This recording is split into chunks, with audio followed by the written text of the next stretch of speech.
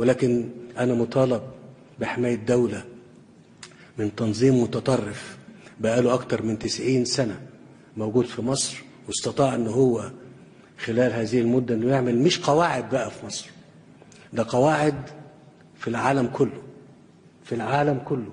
وإذا كنتوا بتتكلموا على أن أنتوا بتعانوا هنا في فرنسا أحيانا من التطرف، فده جزء من الأفكار اللي تم نقلها لبعض التابعين لهم هنا في فرنسا وفي أوروبا. يمكن أنا مطالب أن أنا أحمل 100 مليون، مطالب أن أنا أحمل 100 مليون من المصير. زي كنت أتمنى من اللي بيسأل السؤال يقول لي أخبار ليبيا إيه، وأخبار العراق إيه، وأخبار سوريا إيه، وأخبار اليمن إيه، وأخبار لبنان إيه، وأخبار أفغانستان إيه، وأخبار باكستان إيه.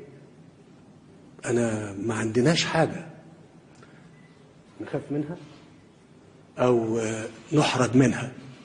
نحن أمة تجاهد من أجل بناء مستقبل لشعبها في ظروف في منتهى القسوة، في منطقة شديدة الاضطراب. شكرا.